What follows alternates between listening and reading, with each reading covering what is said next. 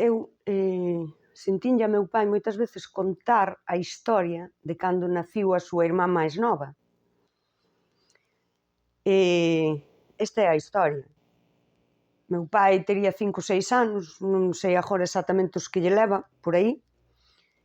El acordou acerca do día e sentiu no cuarto dos meus avós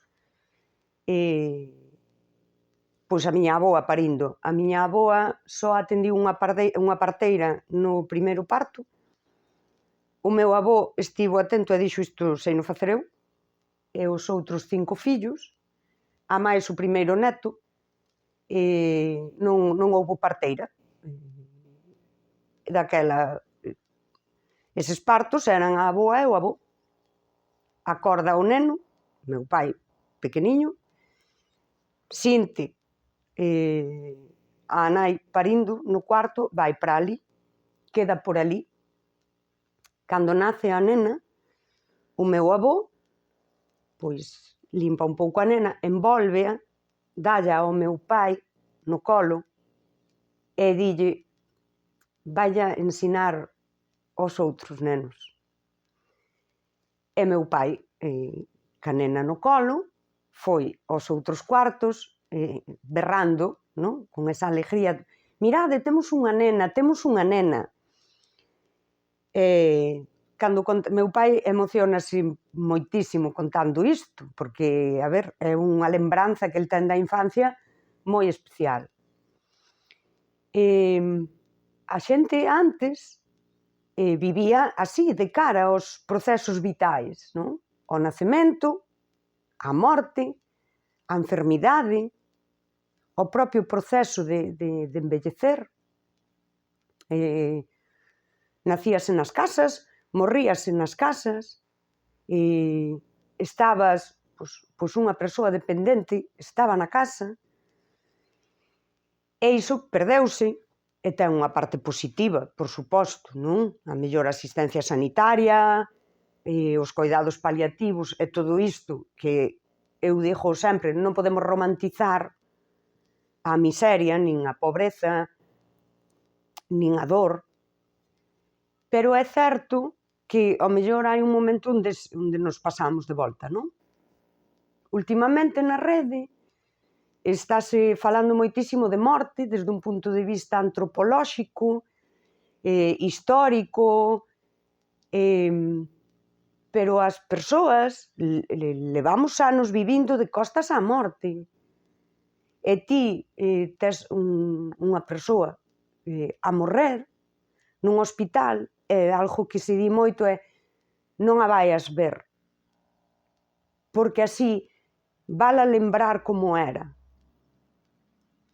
E eu pensei moitas veces nisto, como a persoa que está a morrer aínda é un ser humano transitando a súa vida, transitando o final, camiñando cara á morte. Que haberá máis humano que ao fin da túa existencia? Pois sí, pois penso nestas cousas e digo, eu creo que hai moita xente do meu tempo que se pensa agora, se os fas pensar na morte dos pais, eu penso que hai moita xente do meu tempo que se lle din entrou ao hospital, faleceu, e poidesen ir ali, asinar un documento e saír coas cinzas nun cacharro, estarían contentos así. Daquela, faime esta curiosidade, non? Que estamos falando tanto de ritos funerarios, eso, desde un punto de vista histórico, antropolóxico e así, como se fose unha cousa do pasado, que en certo modo é, porque o dos ritos funerarios cada vez son como... É como que agora todo é minimalista. E ese nobre acto de morrer parece que tamén ten que ser minimalista. Estamos louvando como as ancestras facían todo aquilo, porque tal, o significado, e non estamos facendo... Por que eu non estou? É dicir, que me pasa a min para non querer como as ancestras? Honrar e celebrar a vida da persoa que faleceu ou a miña propia. Eu, persoalmente, eu teño todo arreglado para morrer. E ao largo da vida fun mudando a miña esquela, o que quero que poña. Eu teño unha esquela escrita. Teño unha esquela escrita, teño un texto, teño gardado. Comuniqueino na casa. Isto é así, eu quero esta esquela.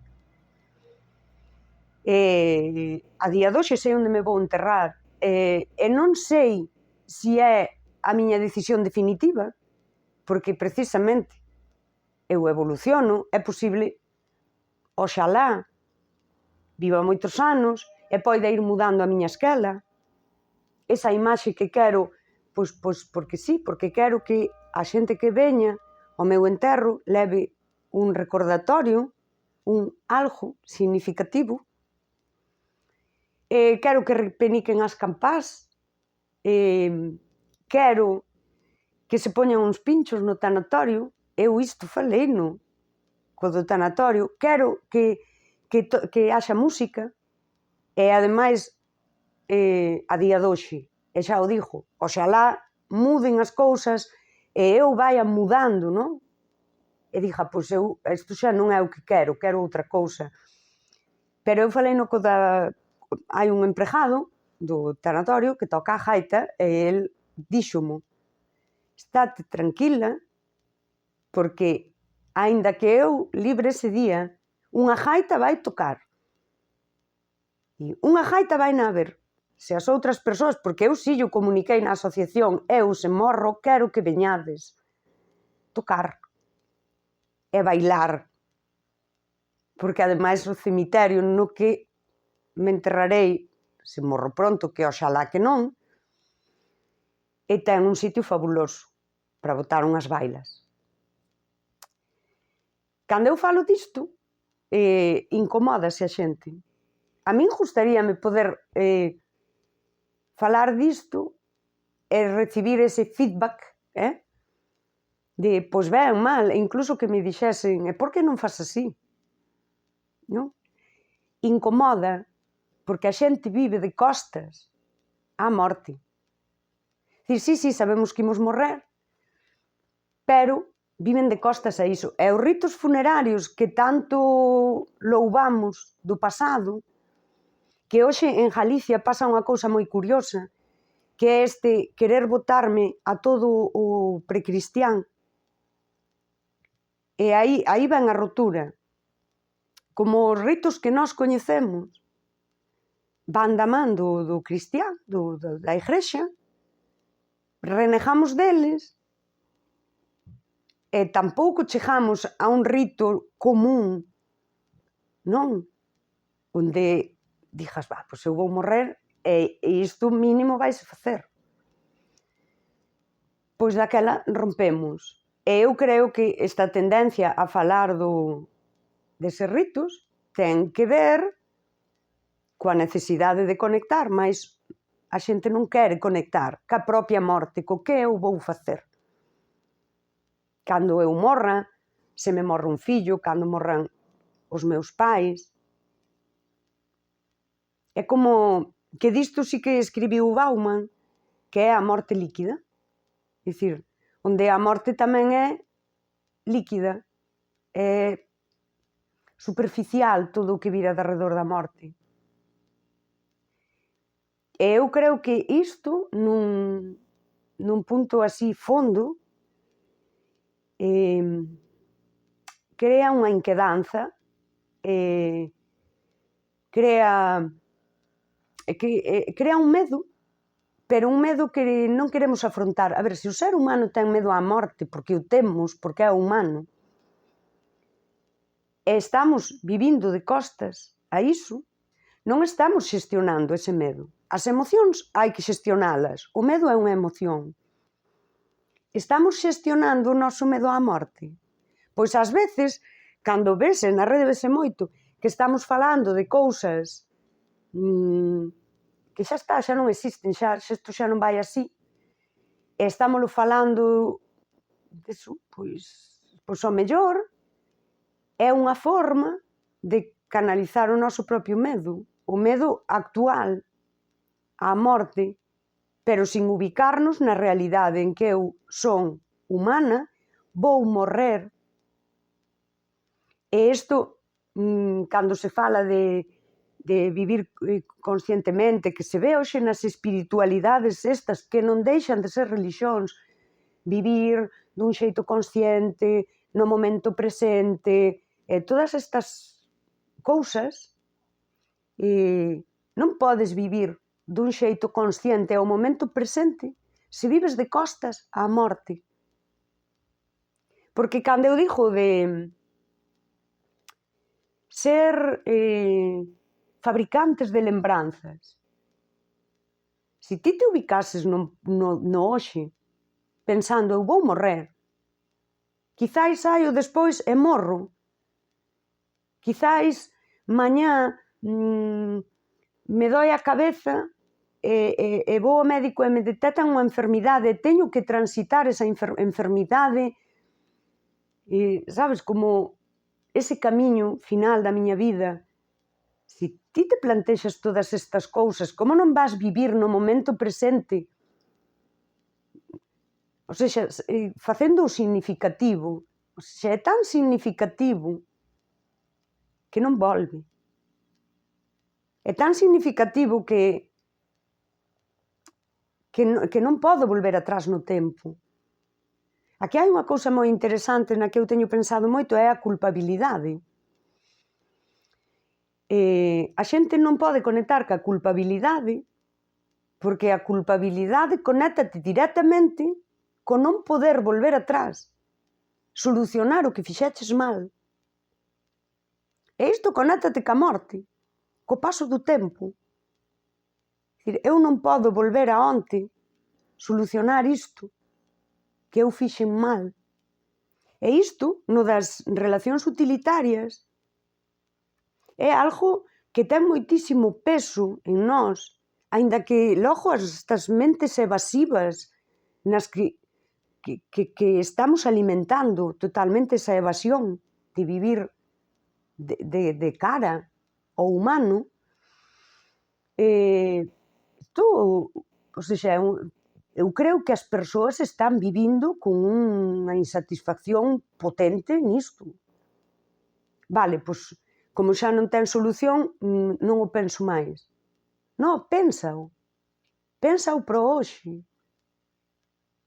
Esta é a túa propia evolución como persoa. Non sei, os que estamos aí a metade da vida, non? Que dis, xa outro tanto non me debe quedar. Posiblemente non me queda outro tanto. Deberíamos poder coller así a nosa traxectoria vital e dicir, xa está, isto pesa, isto non pesa. Non, pero este mundo líquido é o mundo tamén da evasión. Dá igual, fago outra cousa e esquezo iso. Xa non ten solución, a solución tela ti dentro de ti.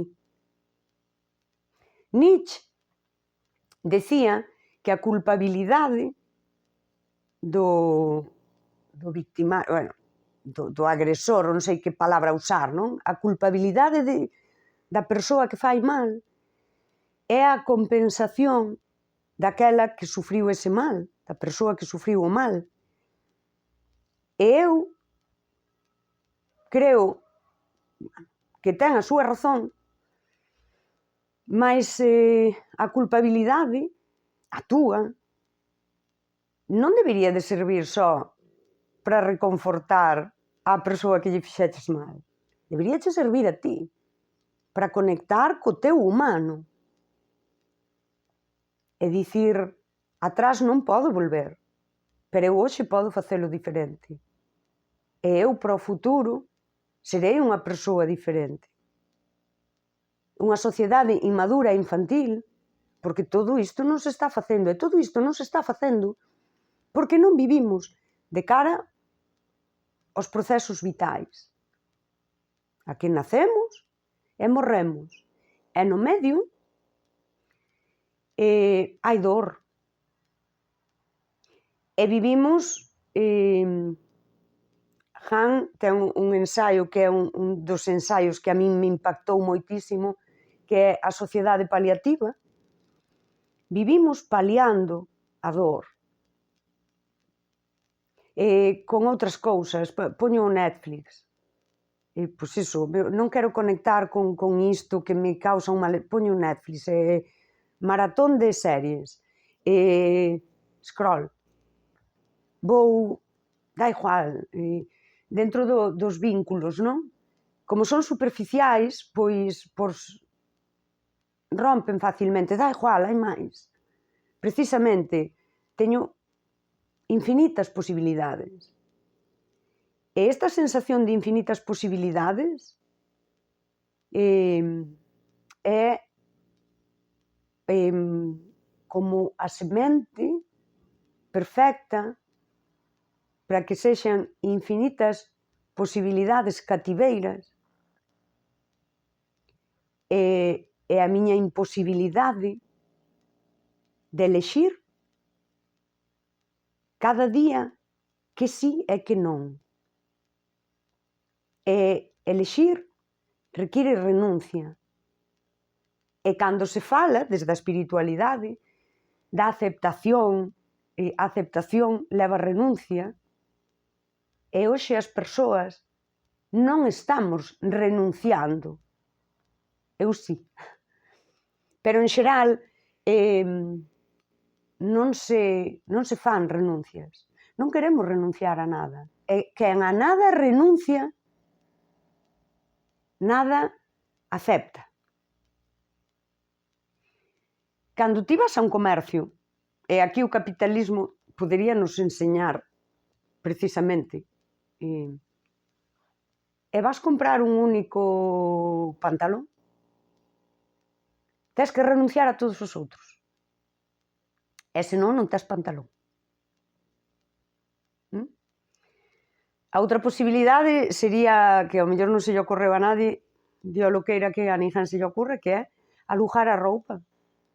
Porque eu así podo facer o TikTok diario con roupa diferente. Sí? Pois é isto que estamos facendo moito nos vínculos. Alugamos o vínculo. E nunca o facemos noso. E isto ten dúas caras. A de eu libérome da ansia de coidar e de soster, pero tamén me nego a min a posibilidade de que me sosteñan. E aí está a pertenza humana. O pertencer a outro, ou de que alguén me pertenza, iso sí que non é unha pertenza relacionada co capitalismo.